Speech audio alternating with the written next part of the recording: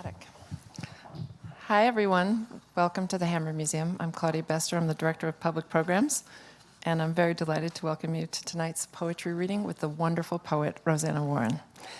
Before we begin, I want to remind you to please silence your cell phones. Tonight is our last poetry reading of the academic year, although we do have some wonderful programs coming up with New Yorker writer and poet James Lasdon, culture critic Roxane Gay, and Bloomsday, a celebration of James Joyce's Ulysses coming up. So we'll still have some literary offerings for you this summer. If you're not on the Hammer's email list yet, please sign up on the paper sheet that's over by the coffee or on our website to get notified about our upcoming programs. I want to extend my gratitude to the UCLA English Department and the UCLA Recreation Department for their continued generous support for this poetry series. And I want to thank all of you, Hammer supporters and members in the audience who make all of this possible. This poetry reading began 57 years ago, making it the longest ongoing series of poetry readings on the West Coast. Since it moved from the UCLA campus to the Hammer Museum 32 years ago, Stephen Yenser has curated and hosted the readings, and we're very grateful to him. Yenser is Distinguished Professor of English Emeritus at UCLA and was the original Director of Creative Writing at UCLA, where he received the prestigious Harvey L. Eby Award for the Art of Teaching. He's the author of 3 volumes of poetry, as well as 3 critical books, and the editor and co-editor of 6 volumes by James Merrill. He's a lifelong champion of poetry and of poets, both through his critical writing and by his commitment to bringing incredible poets to read here for the Los Angeles community. He's also served for 40 years as a beloved teacher and mentor for UCLA students, advising scores of PhD students, as well as teaching courses in the writing of poems and in 20th and 21st century American poetry. Yenser will introduce our distinguished reader, Rosanna Warren, and we'll interview her following the reading. And after that, we'll have a book signing and some light refreshments. So now please join me in welcoming my dear friend, Stephen Yenser.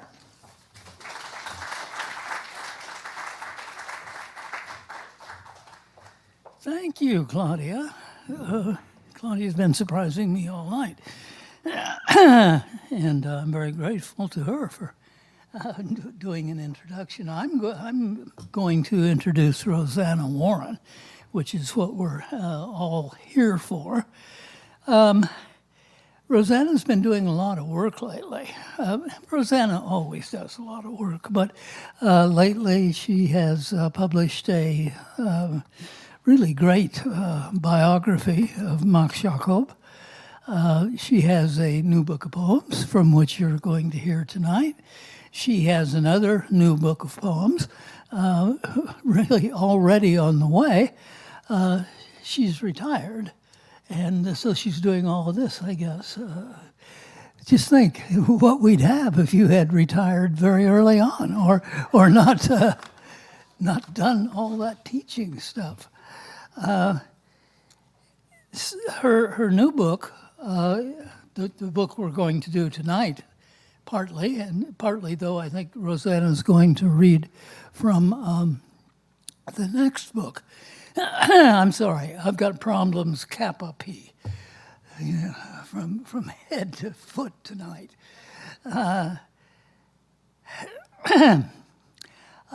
The new book that she will read from tonight is called So Forth. And you can get a copy at the back after the reading is over, and even ask Rosanna to sign it. She has a beautiful signature, and I didn't bring my copy with me.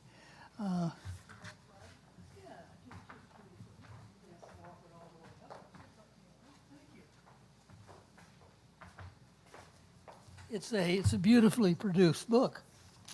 This is its cover, which you won't really be able to see very well from there. That's all right in a way, because you have to really get up close to it to see it anyway. Really get your nose into it.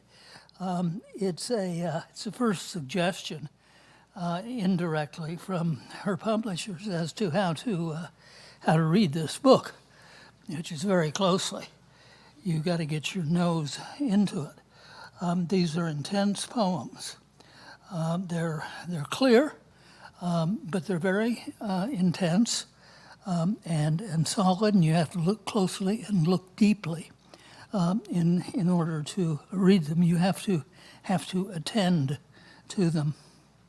The cover is a painting by Bunny Harvey. It's a large painting. It's about, I think, 4.5 feet by 5.5 feet, so it's a substantial piece of work.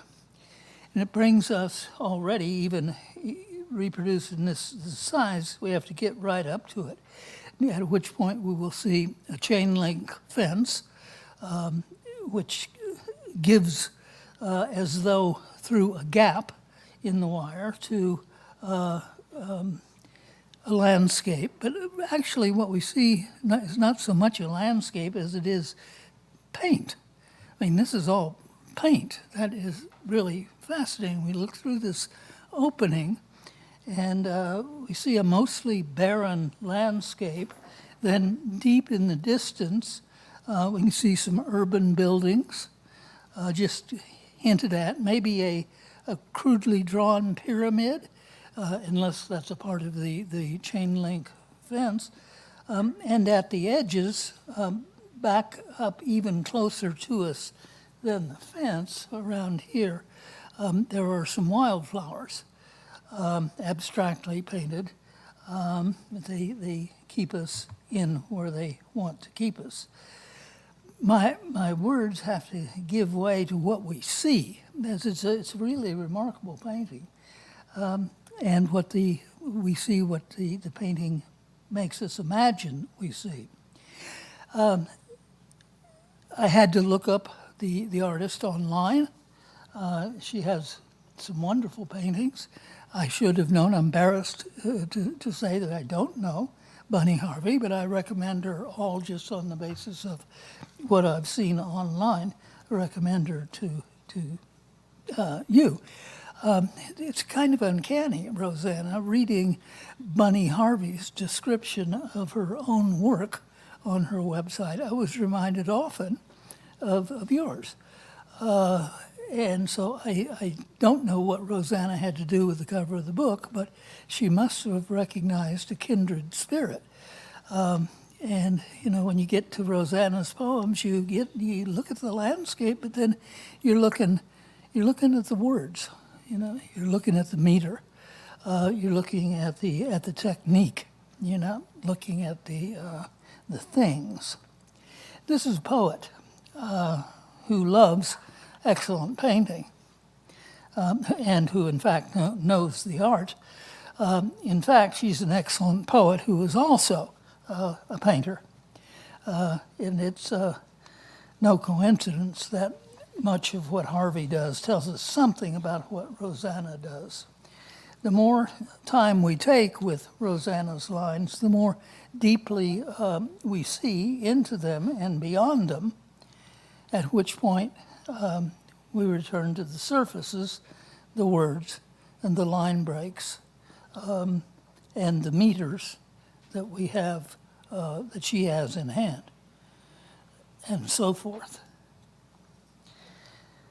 The opening poem, which keeps us focused on art, and takes us away from this wasteland that it gives us a glimpse of, is entitled, I'm sorry, I've run my two things together, my two arts. The opening poem here is called Cotillion Photo. And it's that poem that I meant to say keeps us on the subject of art. Cotillion Photo, it's called. Do we still use that word? Cotillion? Some of you I know do, or have, probably even attended a cotillion. It's usually associated in this country with a debutante's ball, I think, and still probably for some of us associated with coming out, a coming out celebration socially. A cotillion's literally a petticoat. The first lines of the poem and this volume itself are as follows. I'm going to read them, and I'm going to concentrate on this poem for a little bit.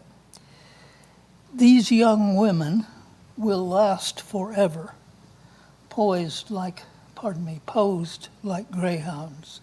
These young women will last forever, posed like greyhounds, trapped in the silver crust of the frame. You can't tell them from one another, the breed is so pure. And those are really strong, pure lines. It's very important how you open a book. We can infer an enormous amount on the basis of these lines. It's a poet with guts. I'm not talking into the mic, am I?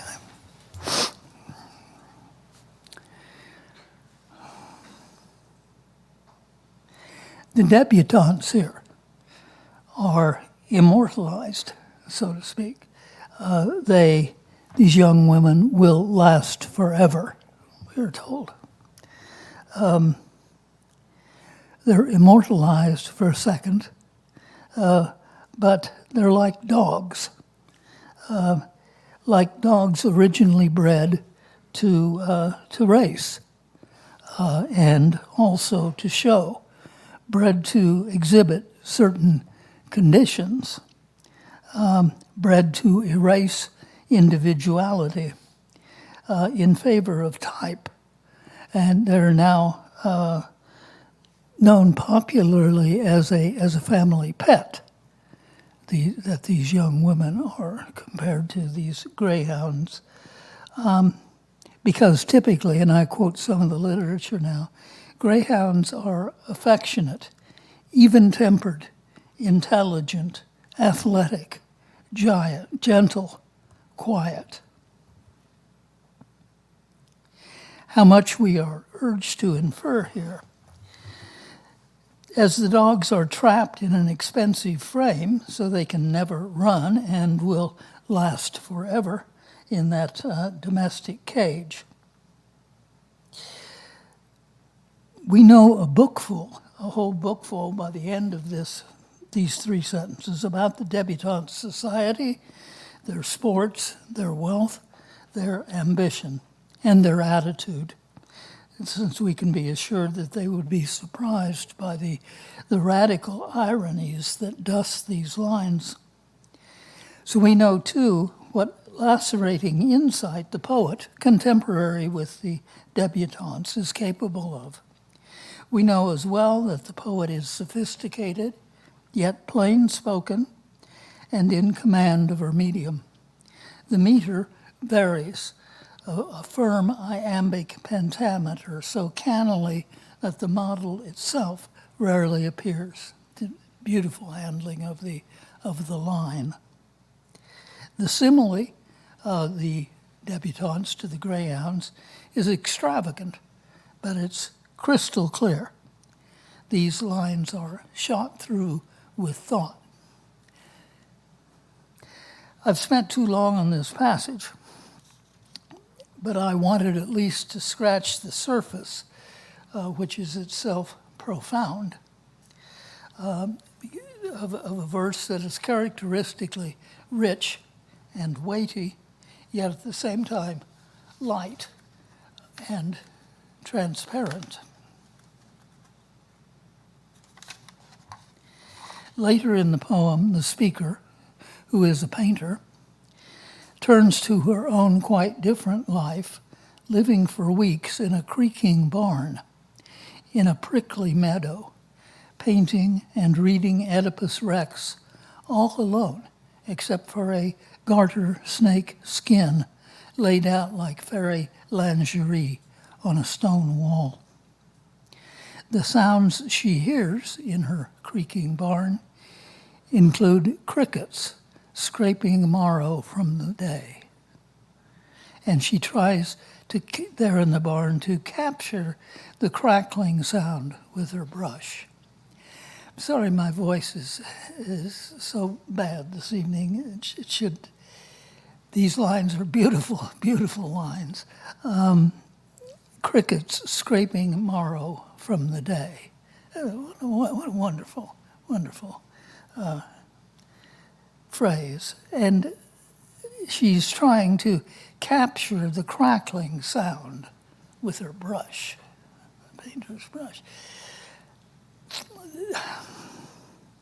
That crackling sound recurs frequently through these poems, often in connection with aging and the passing of time.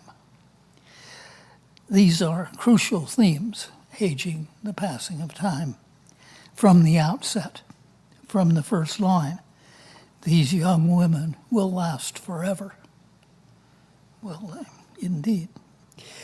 I've hardly mentioned these themes, but I wanted to at least do so, though I think that the details in this book, the technical details, are so inspired and important that they deserve more than just a word. And as for the themes, well, you'll see. You're about to hear all about them. Rosanna.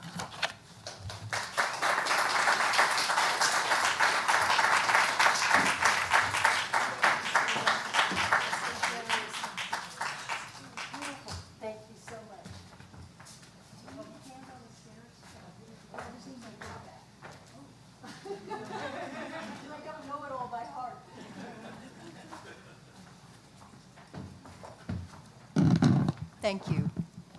Thank you, Stephen, and thank you to that Hammer Museum. It's really exciting and moving to be back here. I read here some years ago and remembered it with excitement. I'll start reading the poem that Stephen's been talking about, Cotillion Photo, which is the first poem in this book, so forth. And Stephen's already initiated you to the poem, so I don't have to tell you what a cotillion is. Cotillion Photo. Let me look at my watch so we're to see. These young women will last forever, posed like greyhounds, trapped in the silver crust of the frame. You can't tell one from another, the breed is so pure. They will never run. Each one aloft on a frozen wave of white cotillion lace, to resemble marriage, to resemble fate. I remember July sun pouring down in a prickly meadow, and a garter snake skin laid out like fairy lingerie on a stone wall. This was Connecticut. There would be a stone wall. Crickets were scraping marrow from the day. I was young. I'd been alone for weeks. I painted the meadow morning and afternoon, trying to capture the crackling sound with my brush. I was reading Oedipus Rex. I understood neither the snakeskin nor the play. Your life is one long night, said Oedipus to the prophet, Oedipus, who saw nothing. Oak trees rustled in drought. In saffron grass, small creatures skittered. There came a day when I said to myself, I should prefer to sleep. Small planets tasted dry and bitter on my tongue. And 2 days later, I woke, alone in the creaking barn at dusk, not knowing what day, what month, what year, but feeling the hall of earth rolling on its way. It is not your fate that I should be your ruin, the prophet said. I moved my arms, my legs. I unclenched my hands and stood up dizzy from the cot. What was to come would come in its own good time outside the frame. The moon was rising above the hill. A shy wind gathered force, and trees in their black silhouettes linked arms. I'm just getting out my little list of poems here. This book was composed in the years just, during the first Trump administration, 2016. And it's haunted by many degradations, some of which you'll hear about. I don't think, for me anyway, poetry is not an op-ed article, it's not a political tract, but my poems can't help but respond to the pressures of the time. So you'll feel some of those. In this poem, Shelf, the pressure of the time would take you back more to the genocide of the Armenians in the first part of the 20th century in Turkey. Shelf. A human skull among the bibelot. Dust to dust, it all evens out on the shelf under a veil of gray. There was a think in that cavity once. I have forgotten whole years of my life. In those eye sockets once, surprise and fear. You picked it up in a field in Turkey, a small head, a child, a youth. Who knows how she died? Though we can imagine, yes, horribly imagine, and so forget. Better look at the Kenyan statuette of a woman carrying a pot on her head, or the soapstone dove from Japan, or twisted driftwood. Why go looking for sorrow? Yet we look, we hunt.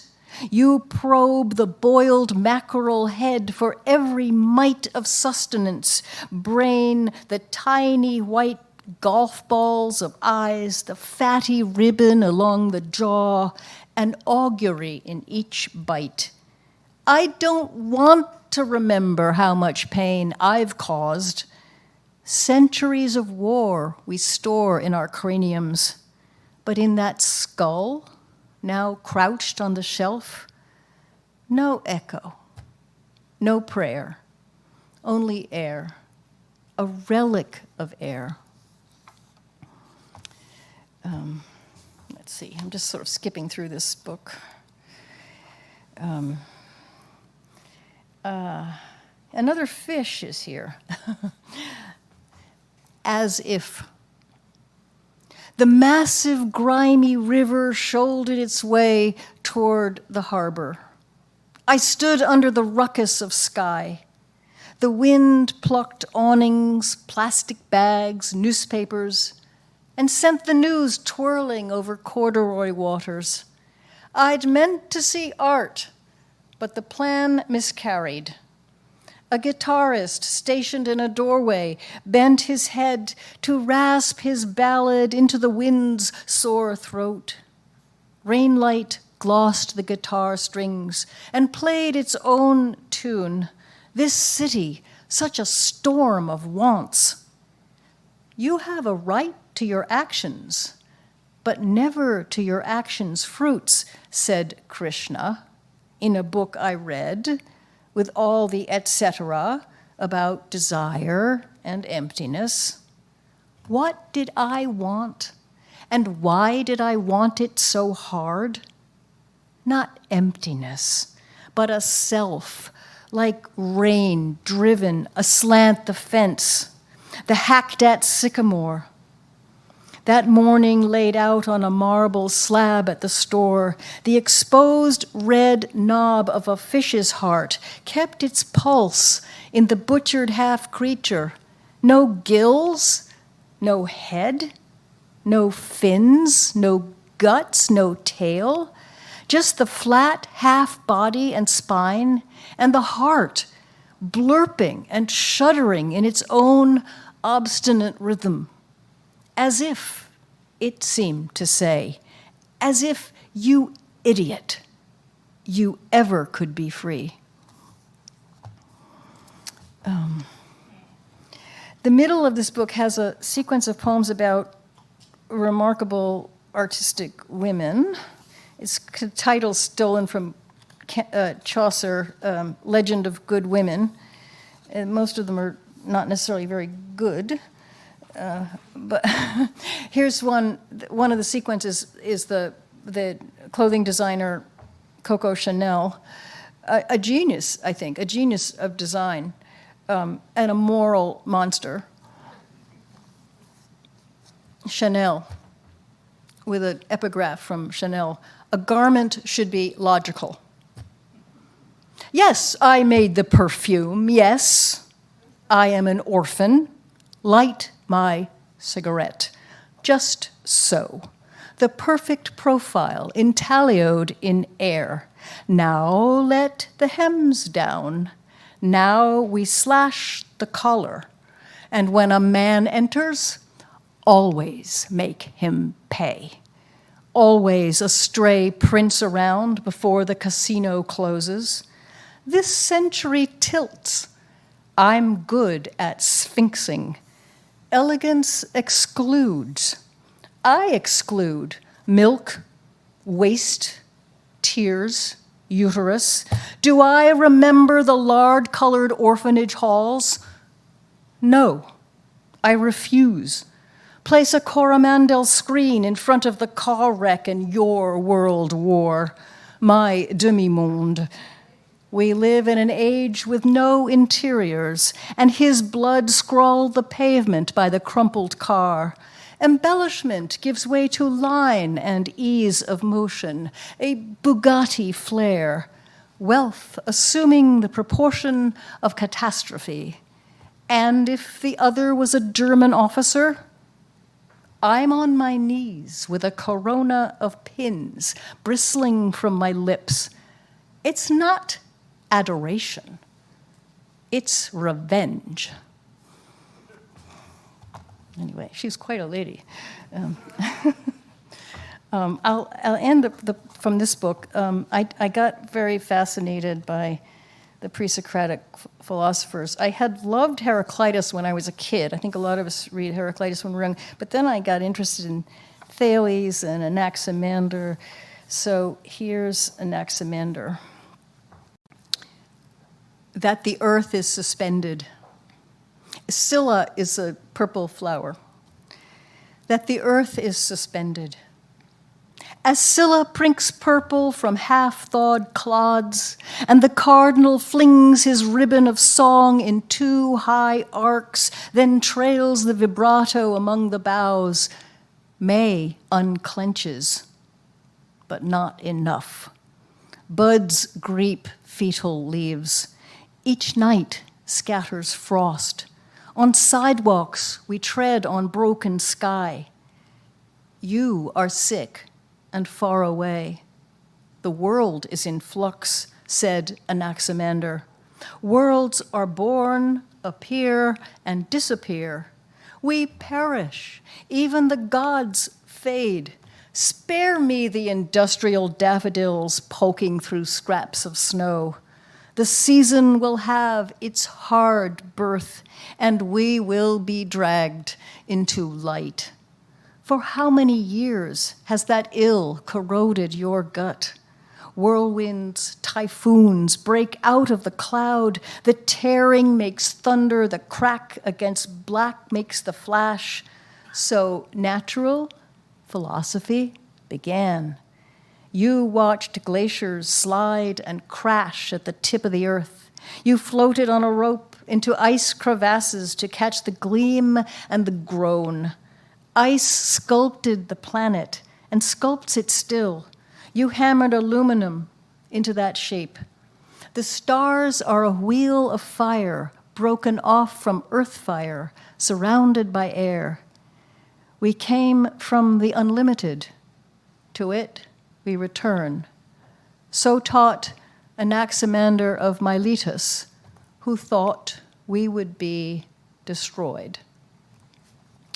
The you in this poem, not all my poems are autobiographical, some of them quite fictional, but in this case there is a real you who is my brother, who is a sculptor who was one of the first artists to get a grant from the National Science Foundation to go on a ship to Antarctica. This was years ago, and for 6 weeks he was rappelling down into crevasses and taking pictures and drawing, and then spent years making sculptures and he was ill for a while after that. And thank goodness he's recovered, I'm glad to say. And I'll read now from this new book, Hindsight, which is coming out in September. This book, the poems in this book, of this new book, were all composed between 2020, that is, in the thick of the pandemic, and increasing terror about the disintegration of democracy in this country. So speaking of pressures, there are pressures in these poems. They're not explicitly political, but they can't help but reflect an unusual time in this country, to put it mildly. This poem, A New Year, came out in the New Yorker a couple of years ago, and when I wrote it, things were bad, but they weren't as bad as they've increasingly gotten. And there's a sense here of, I use the word revenge in the Chanel poem. There's a different kind of revenge, I think, intuited in this poem about a country that's very unhappy, populations, plural, very unhappy in different ways, some of them wanting revenge. All of that has become clearer since the election in November and since, what we know. And so this poem has had another life. The New Yorker, then it was in the Best American Poetry, then it's been the New Yorker 100 Poems, for 100 years. So I'm reading it now. I'm holding my head because I'm frankly so frightened about this country. A New Year. Was it myself I left behind?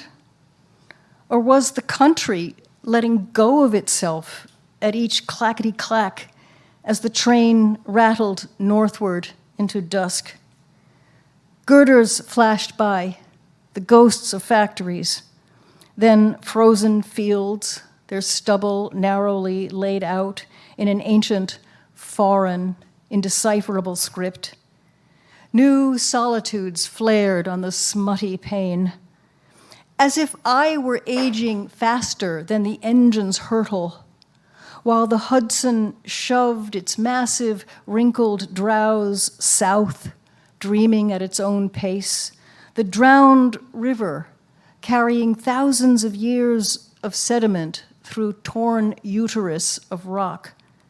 Angry signs slashed the shadows, wrecked cars stacked in yards, tilting fences, sheds pledged revenge. Then a whoosh of snow tattered the trees, and night swallowed us whole. Till dawn, jerking me from my berth, broke over Indiana's frost-bitten furrows, a country graveyard slotted among farms. You can see this is a train poem. I taught for 10 years at the University of Chicago, and a lot of my family life was in New York, so I hate flying. So I would take the overnight train, twice a season from New York to Chicago and then back. So I know that line. First it goes north from New York up the Hudson to Albany, and then it heads west. So a train poem, among other things. Dead Flowers, some of you may remember that pop song. It was the Rolling Stones song, Dead Flowers. So I stole their title and one of their lines. Dead Flowers. If you hurt yourself before someone else hurts you, is that homeopathic? Watch me prick poison into my skin, sign my name in pain. Watch me miss the appointment, cancel the call. Watch me gulp smoke and receive a certificate of enlightenment between the smeared egg yolk horizon to the west and the bone-white eastern sky. The emperor appoints me to the Poetry Bureau, and I declare myself queen of the underground. On the back road, the turkey vulture plucked the guts from the squashed squirrel, then flapped up to the dead branch of the shagbark hickory to examine us, examining the carcass. O sacerdotal bird, with your crimson scalp and glossy vestments, teach us to translate the spasm, the cry, the disintegrating flesh, the regret. What can be made of all this grief? Over the butter yellow, humming, feather-grassed, midday meadow, skim the shadows of vultures, ghostly, 6-foot wingspan, V, swiftest signature, turning death into speed. In a way, I think the line, what can be made of all this grief, later when I was putting this book together, I thought, well, maybe that's what I'm asking about in all these poems. What can be made of all this grief? And maybe it was a line for what can be made of, in life too. My intimate partner, I don't like the word partner, it's so legal. My beloved is a mathematician, so this poem is, in a sense, for him. We lived for 2 years during COVID, and we retreated to a very rough cabin in the Catskill Mountains. And there are a lot of animals around, bears in the summer and fall, and snakes in the summer, and I'm scared, very scared of snakes. So here's a snake poem. It makes me tremble even to think about them, but there are a lot of snakes there. Number theory. The 4.5-foot black-backed rat snake swayed up and across the kitchen screen door, seeking a way in. Encountering, instead, our eyes, it slowly, deliberately withdrew to slide across the stone porch, over the wall and along the foundation, inspecting every crevice, feeling, nosing, listening its way toward a solution, which it found around the corner up the back flagstone steps, where it squeezed its impossible length and girth, inch by patterned inch, into the crack beneath the topmost slate. So we know we're living with a patient companion, like you, inquisitive. You sit taut in your chair, whispering, as you probe the gaps between prime numbers until infinity. It's pattern you seek, the opening through which your thought will glide suddenly into a lit space and be at home in a shaky house where wasps gnaw the walls. I was very proud. This poem also came out in the New Yorker, and I got a letter from a mathematician in England saying, "This describes my whole theory of mathematics. Can I quote this poem in my book?" So I thought, fantastic. Good. That mathematics, some mathematicians tell me, is a shaky house. It's not as solid as some people think. A lot of it's built, I say this, I'm not at all a mathematician, but I live with mathematicians. Based on conjectures, not theorems necessarily. You pile a conjecture on a conjecture on a conjecture, and it's a little shaky. Okay, enough about math. But I find it very cool. This is another poem from that cabin in the woods. And the title, Offices, refers to the canonical Christian prayers, both in the Eastern Christian churches and the Western Christian churches. The canonical prayers during the day, from Matins, the prayer of the morning, Compline is the prayer in the evening, and Nones, which appears, is mid-afternoon. Offices. In our monastery, crickets rattle castanets down the long avenues of day and under the arches of night. In our monastery, squads of dragonflies patrol the meadow, unzipping lines of sight while ferns crinkle into bronze and monardas quail. Queen Anne's lace frays the surplus of tall grass. And before Nones, the hawk dives into the mountain laurel, but swerves up with angry, empty talons, a flash of white belly feathers and ankle tufts. In our monastery, before the storm, maples and white pines thrash with dry heaves, and thunder rackets around the cloistered horizon, as if an enraged dog had seized the sky in his teeth and were shaking it back and forth until the stuffing falls out. But in the long drought days, silences steepen into abandoned quarries and old wells. The gaps between your prime numbers pulse like the space between stars. We live close to the bone. Your fingers on my spine, primal shudder of an ancient code. When I rise in the night and feel my way back to bed in the dark, one hand on the door, one fumbling along the wall, it's my mother's ghost who touches me.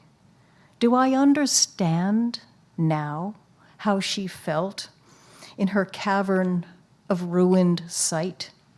Keep watch, dear Lord, with those who work or watch or weep this night. Hide us under the shadow of your wings. How slowly we learn, Compline, in the watches of the night. Let's see. Spent a lot of time up in the woods, so this is another woods poem. This poem is called Gaul, and I was interested walking in the mountains there, and I'd find these little paper balls. They seemed like paper, about this big. At first, I didn't know what they were. Perhaps you know. I learned that they were called oak galls, and they're formed when certain wasps drill into oak leaves and then make a little nest there that they put their larvae in. And then, so you can find these little paper balls in the woods. And then I learned that the oak gall, it makes a chemical that was used for about 2,000 years in the West to make ink, to make most of what Europeans wrote with for hundreds and hundreds of years, was ink made from oak gall. So I found this all fascinating, and I was very grateful, and here's the poem. Gall. Oh, and the word droops in the first line is D-R-U-P-E-S. It's a kind of red berry on a bush. Gall. Catbirds clawing at the ruby droops of viburnum and bouncing the boughs as the great heat squats over us, and crickets sandpaper sunlight in the bristling meadow. We are not lost. We're just quiet if we don't speak. It's not that we have nothing to say, but that the owl has said it for us in his raspy whistle, perched 20 feet away on a log fallen over the brook, professorial, examining the trickle amid stones. Then suddenly he drops and seizes what? A salamander in his beak, and gulps it down, a smacking, cracking sound, after which he fastidiously wipes his mouth on the trunk. Still more ingenious, the wasp who drills the oak leaf to lay her eggs, injecting poisons that swell the leaf into a gall, a globed papyrus palazzo in which the commandeered tree generates a cafeteria so the larvae can feed, until with sprouted wings and feet, lo, they chew their way out and take flight. They leave this tea-colored paper lantern ball. Pliny the Elder instructed us to crush and boil with iron sulfate to make the oak gall ink Europeans wrote with for almost 2,000 years. We are not lost. We have been writing out of our silence, our bile, our chafing, galled. The larvae were hungry. So was the owl. And we, from disease made a codex of hungers and shaped the letters precisely so they would last. Let's see, I'm going to conclude very soon.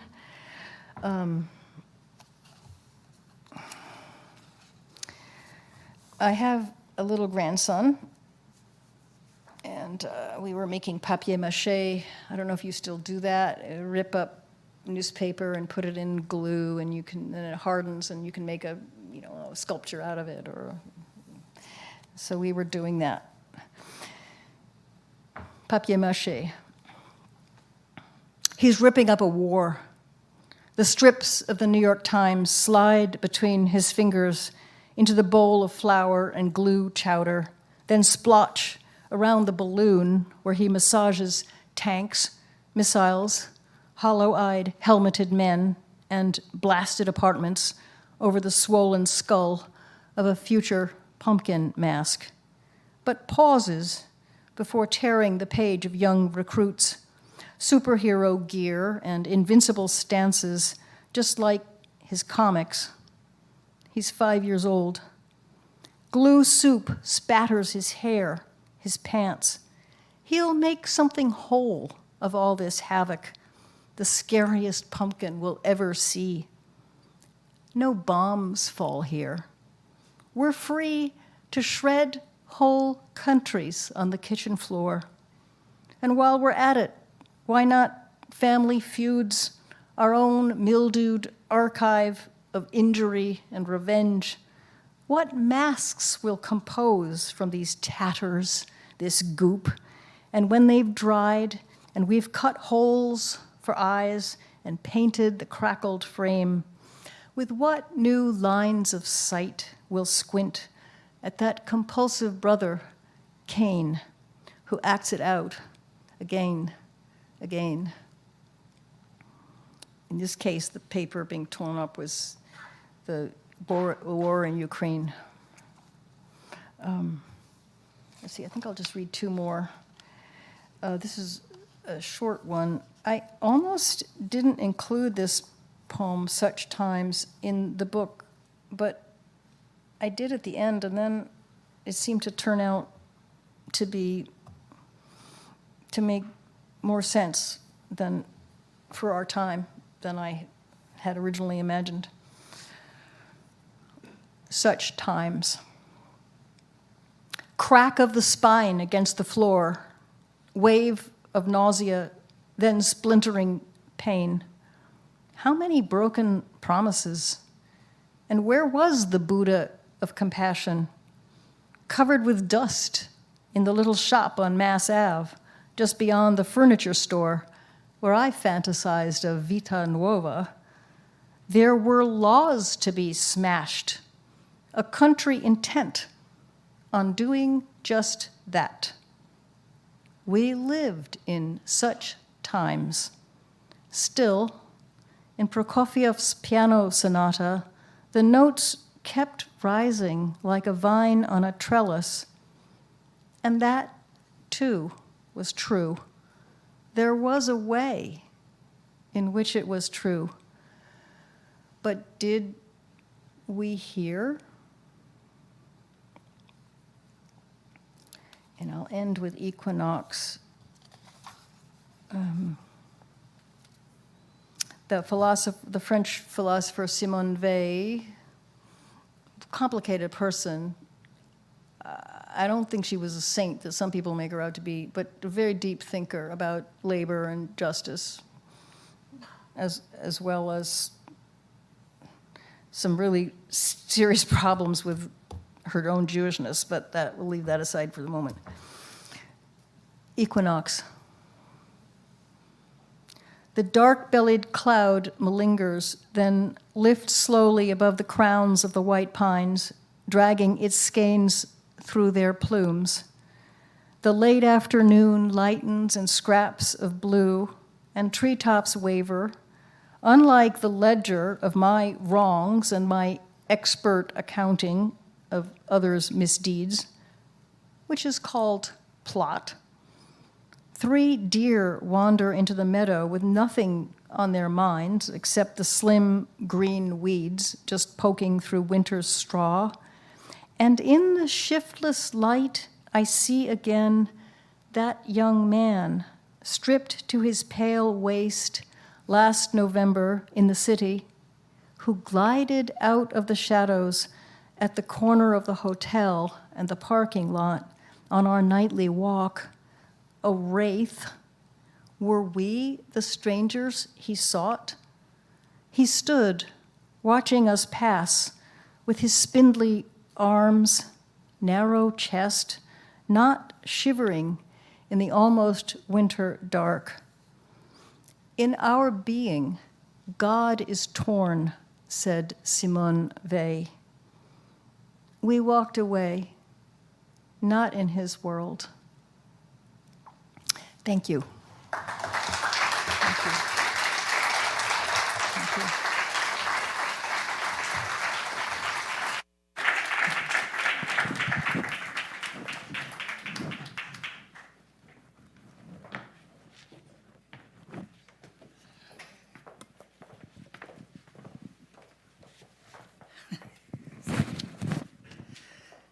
Sorry to cause such interruptions. This is sudden, or I wouldn't be here. So anyway, I'm glad I was here to hear you. It's a great reading, as was predictable. I'd like to get the audience to ask whatever questions they might have of you. I have one or two.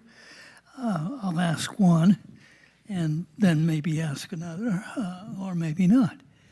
This looks like an inquisitive bunch, very, very curious. So we'll go to them. Now and then I can hear, even in your poems, that don't rhyme, and many of them don't, though some of them do. I noticed you didn't read most of those tonight. You noticed I what? You did not read The rhyming poems? Yes. Oh, yeah. Okay. Right. But I'm just wondering what you, how you think about meter today in your own work. It seems pretty clear to me that you have a metrical background. This is not always true these days. Poetry has changed recently, and one of the things that has changed is our attention to meter, I think.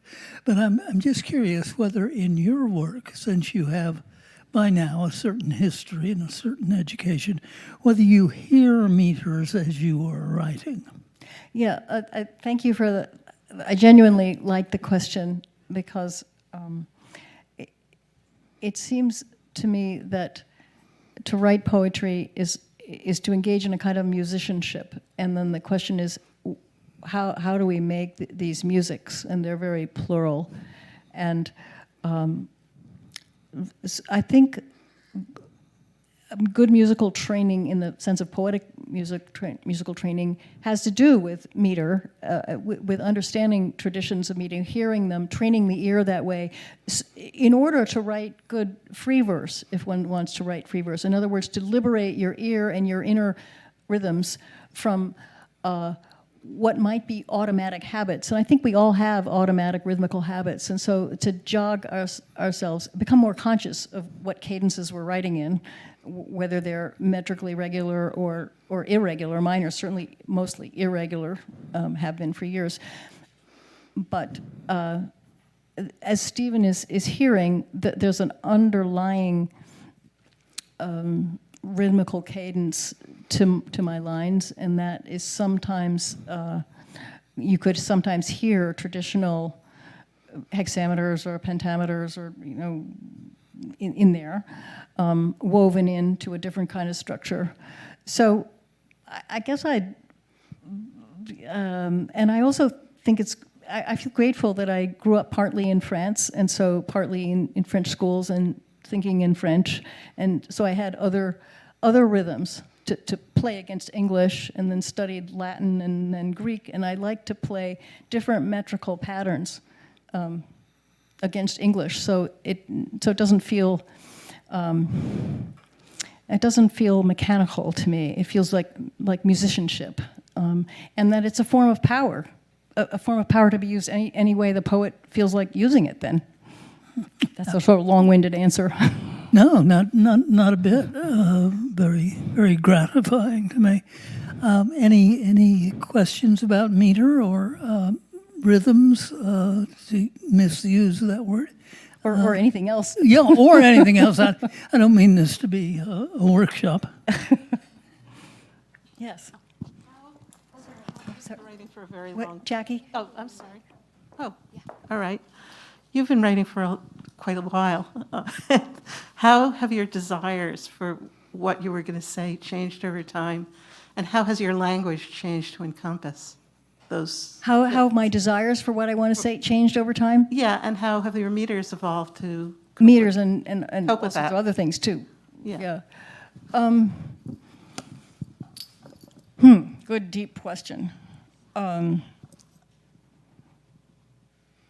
I think when I was young, I was memorizing a lot of poems from, well, in a French school when I was 12 years old, you had to memorize hundreds and hundreds of lines, not just of poetry, but of prose and of math and of history, and everything else was done by rote memory. Actually, it was a good training in a way.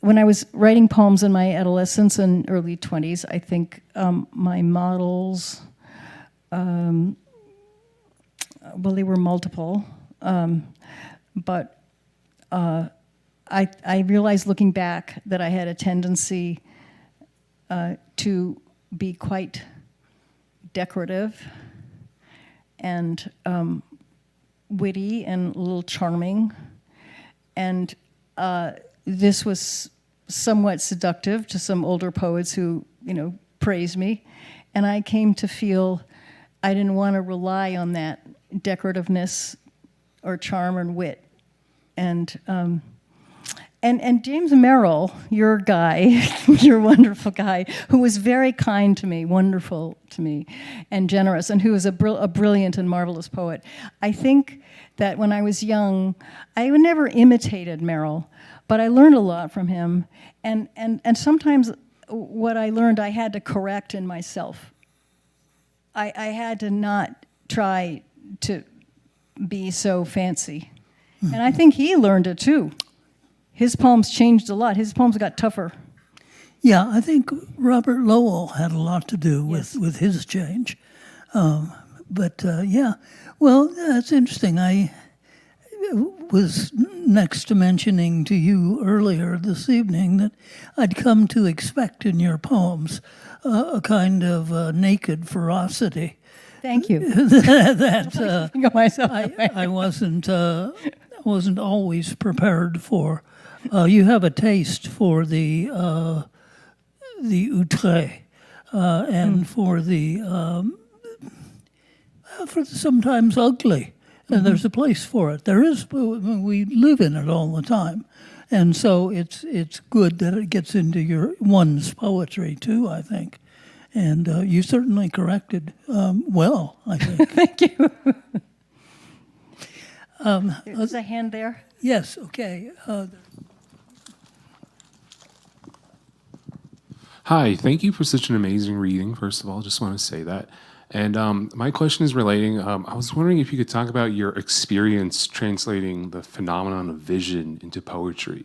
Is it more of like a containment or like breaking open a birdcage or something else? Translating what kind of vision? The experience of vision, like... The experience of vision. Yeah. Oh, what a great question. How can I answer that? Wow. You mean vision in a kind of metaphysical sense?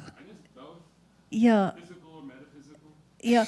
I started, as Stephen mentioned, I started as a painter. That is all during my adolescence. I really worked very hard at painting and went to serious art schools. I was writing all the time too, and so there I was trying to translate my vision onto a canvas in color and shape and rhythm there, and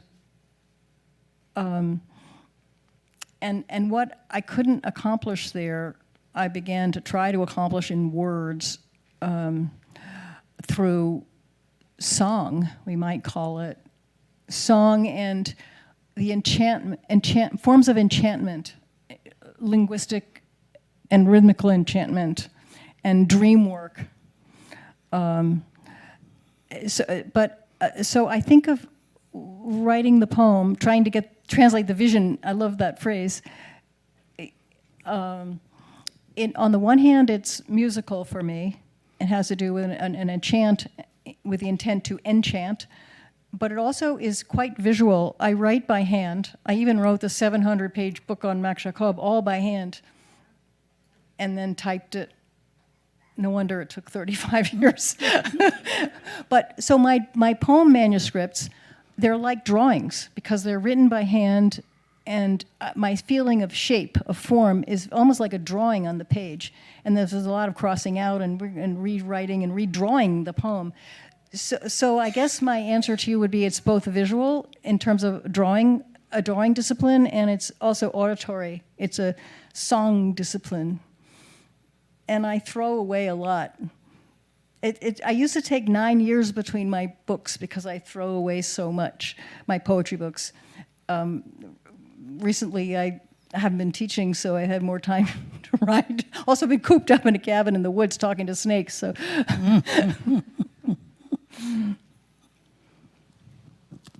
Can we have a mic here? Thank you for such a beautiful reading. I have so many questions for you, I don't know where to begin. But I teach too at the university, and I'm wondering what you think about poetry today or poetry tomorrow, in light of, the fact that everybody's always reading now, but they're reading on the computer screen, and they're reading these brief texts, and it's like this multi-attention orientation. So when I teach, I find that poetry becomes increasingly less of a draw for students. It's as if the audience seems to be diminishing by the day. So I wonder how you feel, both of you really, about the future of poetry, given this other sort of textuality, if you want to call it that has become so predominant. That was a deep question. Well, it's odd. In my private experience, that is as a teacher for many, many, many years, I taught at BU for 25 years and then taught it 10 years in Chicago. I always felt there was something sacred going on in the classroom, that the students, at least the ones who came to me, which was not huge mobs, but the ones who came really were hungry for poetry. And we had, I felt, not every class was enchanted, but there I felt in touch with students, young people who were eager for song and to understand deep traditions in song. So that heartened me enormously. I mean, that's not the whole picture at all. I think there's some really powerful poetry being written in English these days. Some of the most interesting to me are Canadian, Irish, English, Caribbean, not all, American poetry a little bit tends to be a little parochial, little focus on American issues, and so there's plenty of issues, but I like to have a bigger view and see multiple poetic cultures generating song. I don't know. I think the human beings need song.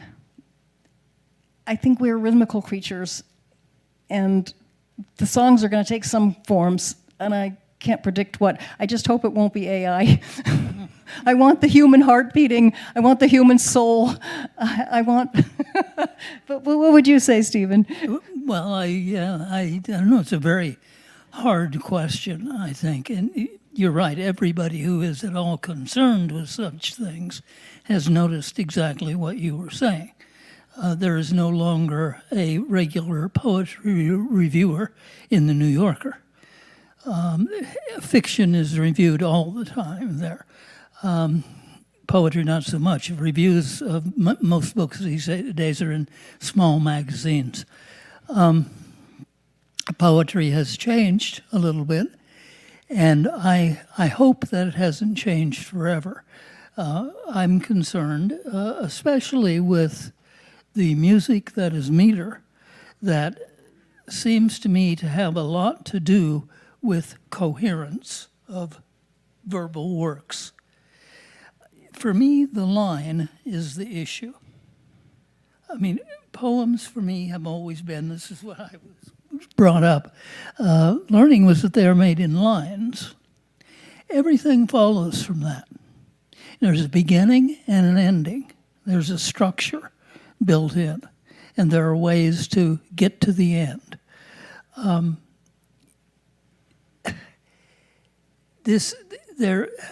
think if we lose that, if we lose the basis of meter, that is to say a structure in the length of the line, then we have lost something significant that will change the art just forever.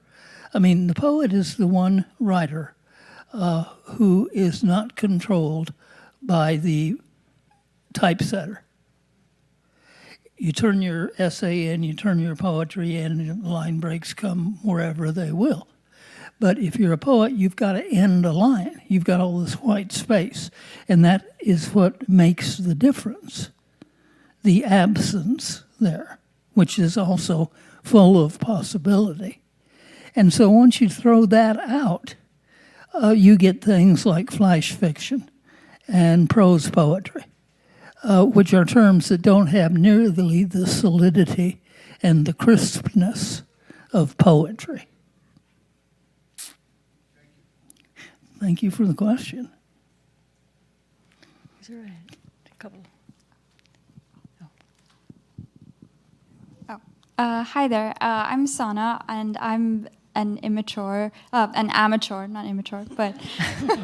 when it comes to poetry, because I just listen to it like I listen to music for leisure. So my question isn't about the mechanics of your poetry, but more about you and what your philosophy of life is.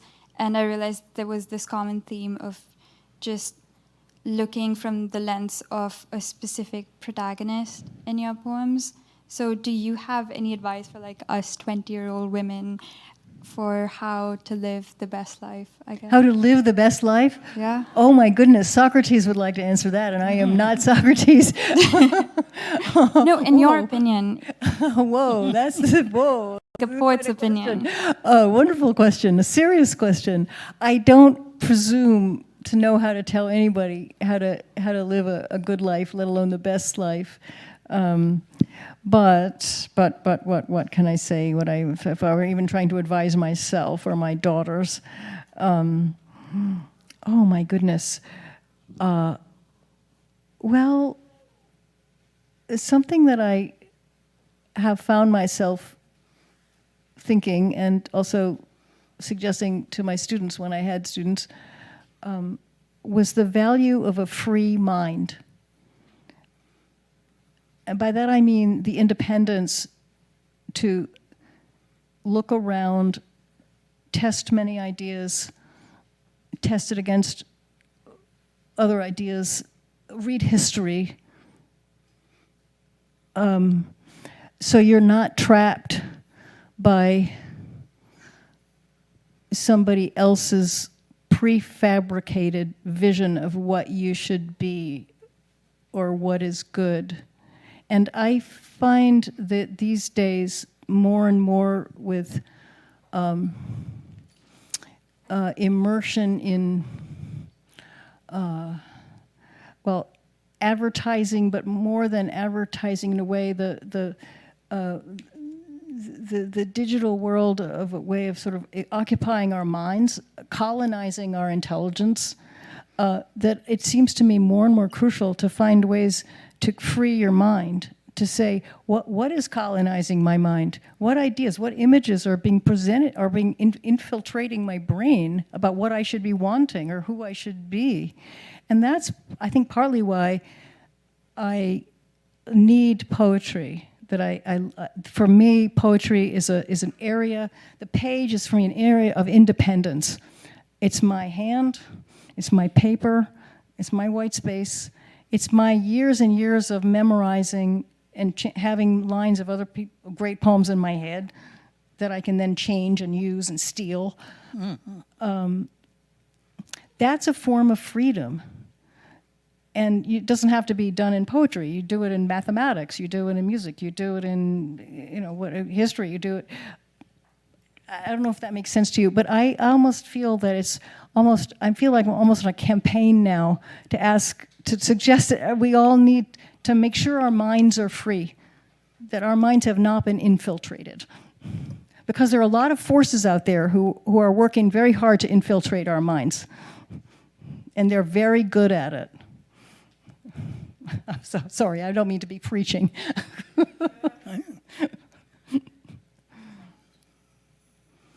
There's a hand there. Microphone.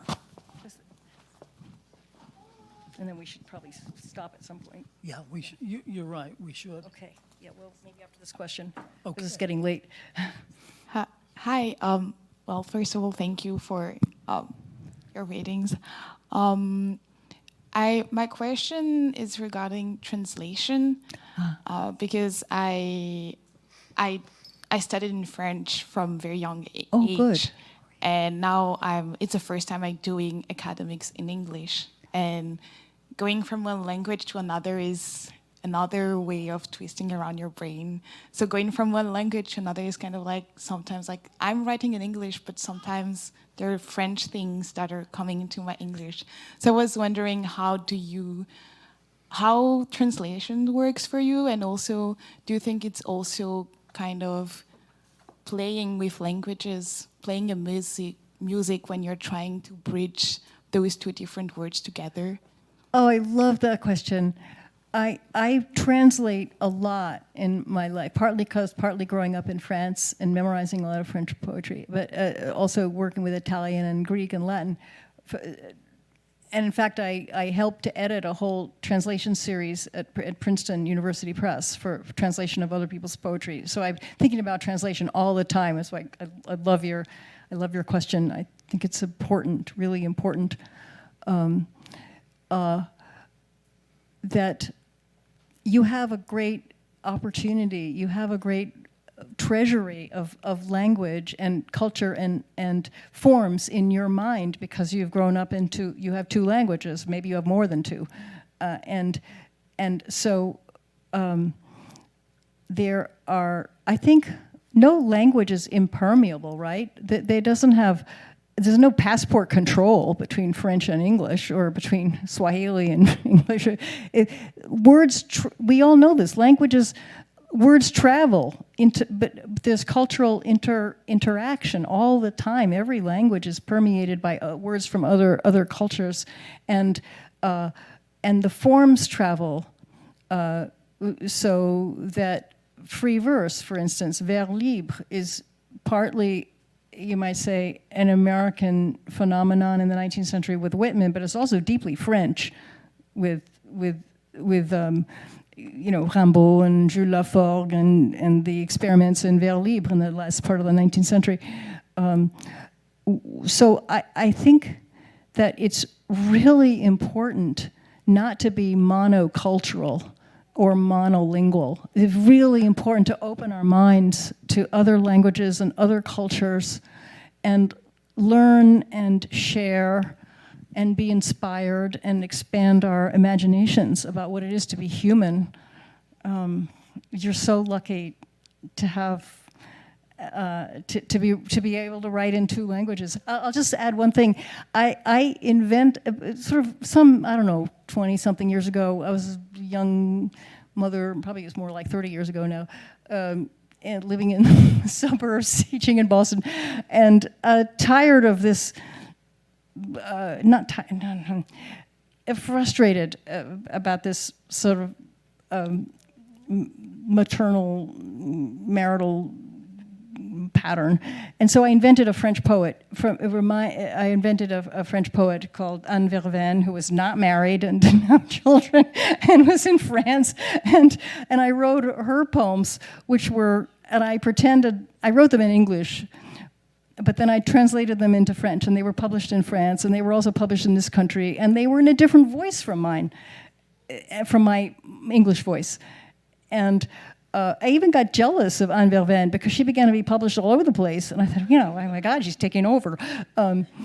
but it was a great adventure to write, and so that's just a little story about translation that entered my life in a really radical way for a while on Velven. It was really fun to be somebody else. I advise you might like to try to be somebody else for a while and write those other person's poems. It's quite refreshing. That's a great point on which to end. Okay, well, Thank you all. thank you so much. Thank you.